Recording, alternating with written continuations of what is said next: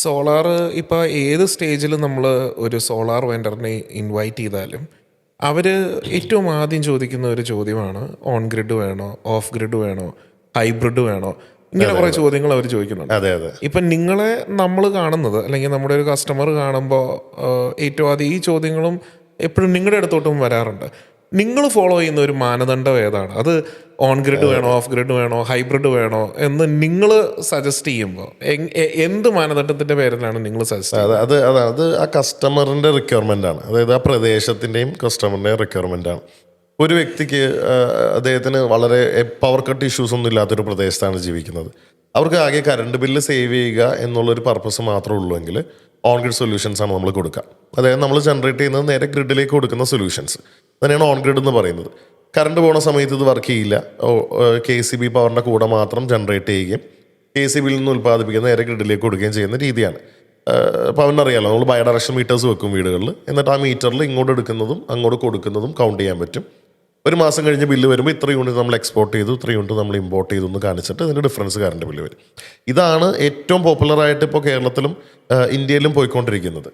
രണ്ടാമത്തെ ഒരു സൊല്യൂഷൻ എന്ന് പറയുന്നത് ഓഫ് ഗ്രിഡ് സൊല്യൂഷനാണ്. നമ്മളിപ്പോൾ നല്ല മഴയൊക്കെ പെയ്ത് ചിലപ്പോൾ മരമൊക്കെ വീണ് ഒരാഴ്ചയൊക്കെ പവർ കട്ട് അല്ലെങ്കിൽ 2 ആഴ്ച 3 ആഴ്ച അങ്ങനെയൊക്കെയുള്ള പ്രദേശങ്ങൾ ഇപ്പോഴും ഉണ്ട് കേരളത്തിൽ. ചില സ്ഥലങ്ങളിൽ ചിലപ്പോൾ 1-2 ദിവസങ്ങൾ, ഇപ്പോൾ കൂത്താട്ടുകുളം പോലുള്ള പ്രദേശങ്ങളിലൊക്കെ പോയാൽ ചിലപ്പോൾ ഒരു മരം വീണ് കഴിഞ്ഞാൽ 1-2 ദിവസം എടുക്കും കറണ്ട് വരാൻ. അപ്പോൾ അങ്ങനെയുള്ള സ്ഥലങ്ങളിൽ നമ്മൾ ഓഫ് ഗ്രിഡാണ് പൊതുവെ സജസ്റ്റ് ചെയ്യാറ്. സോ ദാറ്റ് അവർക്ക് സ്വന്തമായി ഉൽപ്പാദിപ്പിക്കുന്നത് ബാറ്ററിയിൽ സേവ് ചെയ്ത് വെച്ചിട്ട് അവരുടെ ലോക്കൽ ആവശ്യങ്ങൾക്ക് ഉപയോഗിക്കാം. മൂന്നാമത് അവൻ പറഞ്ഞ പോലെ ഹൈബ്രിഡ് എന്ന് പറഞ്ഞ സൊല്യൂഷൻ ഉണ്ട്. ഹൈബ്രിഡ് എന്ന് പറയുമ്പോൾ ഒരു മിനിമം നമ്പർ ഓഫ് ബാറ്ററീസ് ഉണ്ടാകും. നമ്മൾ ഉൽപ്പാദിപ്പിക്കുന്നത് ഈ മിനിമം നമ്പർ ഓഫ് ബാറ്ററീസിൽ സേവ് ചെയ്യുകയും ബാക്കിയുള്ളത് നമ്മൾ ഓൺ ഗ്രിഡ് വർക്ക് ചെയ്യുന്ന പോലെ ഗ്രിഡിലേക്ക് കൊടുക്കുകയും ചെയ്യുന്ന മെത്തേഡ്. അപ്പോൾ ഇത് മൂന്നും ഒരു പ്രദേശത്തെ നമ്മുടെ റിക്വയർമെൻറ്റും ഒരു വ്യക്തിയുടെ റിക്വയർമെൻറ്റും എന്താണെന്നുള്ളത് മനസ്സിലാക്കിയിട്ട് മാത്രമേ നമുക്ക് സജസ്റ്റ് ചെയ്യാൻ സാധിക്കുള്ളൂ. ഓക്കെ, അപ്പോൾ ഇതിലിപ്പോൾ എൻ്റെ ഒരു കസ്റ്റമർ, നമ്മൾ വർക്ക് ചെയ്തിരിക്കുന്ന ഒരു സിറ്റുവേഷൻ അങ്ങ് എടുക്കുന്നു എന്ന് മാത്രമേ ഉള്ളൂ. എൻ്റെ ഒരു കസ്റ്റമറിന് നിങ്ങൾ ഇതിനു മുന്നേ ഹൈബ്രിഡ് സജസ്റ്റ് ചെയ്തിട്ടുണ്ട്.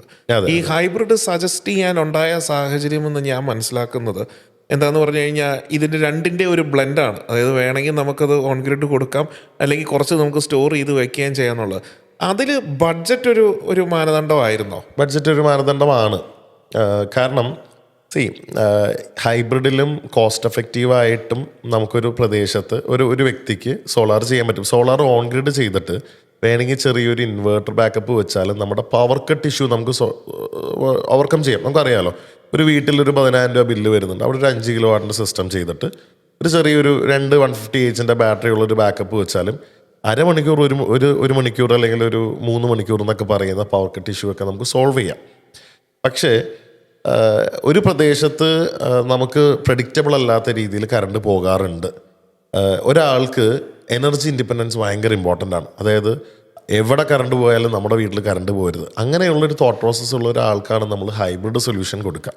അതായത് സോളാർ പാനലിൽ നിന്ന് ഉൽപ്പാദിപ്പിക്കുന്നത് നമ്മുടെ ആവശ്യത്തിന് നമ്മൾ യൂസ് ചെയ്യുകയും ബാക്കിയുള്ളത് മാത്രം നമ്മൾ ഗ്രിഡിലേക്ക് കൊടുത്താൽ മതി. അപ്പോൾ നമ്മൾ ഫസ്റ്റ് പ്രൈമറിലി നമ്മൾ എനർജി ഇൻഡിപെൻഡൻ്റ് ആയി.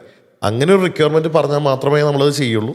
അപ്പോൾ അവൻ്റെ ക്ലയൻറ്റിനും നമ്മളന്ന് അതുകൊണ്ടാണ് അത് കൊടുത്തത്. അതിൻ്റെതായിട്ടുള്ള എക്സ്പെൻസും ഉണ്ട്. ഇപ്പോൾ നമ്മളിപ്പോൾ ഒരു നോർമൽ സിസ്റ്റം ചെയ്യുന്നതിനേക്കാൾ എന്തായാലും ഒരു 50-60% നമുക്ക് കൂടുതൽ വരും ഈ പറയുന്ന ഹൈബ്രിഡ് സിസ്റ്റം ചെയ്യാൻ.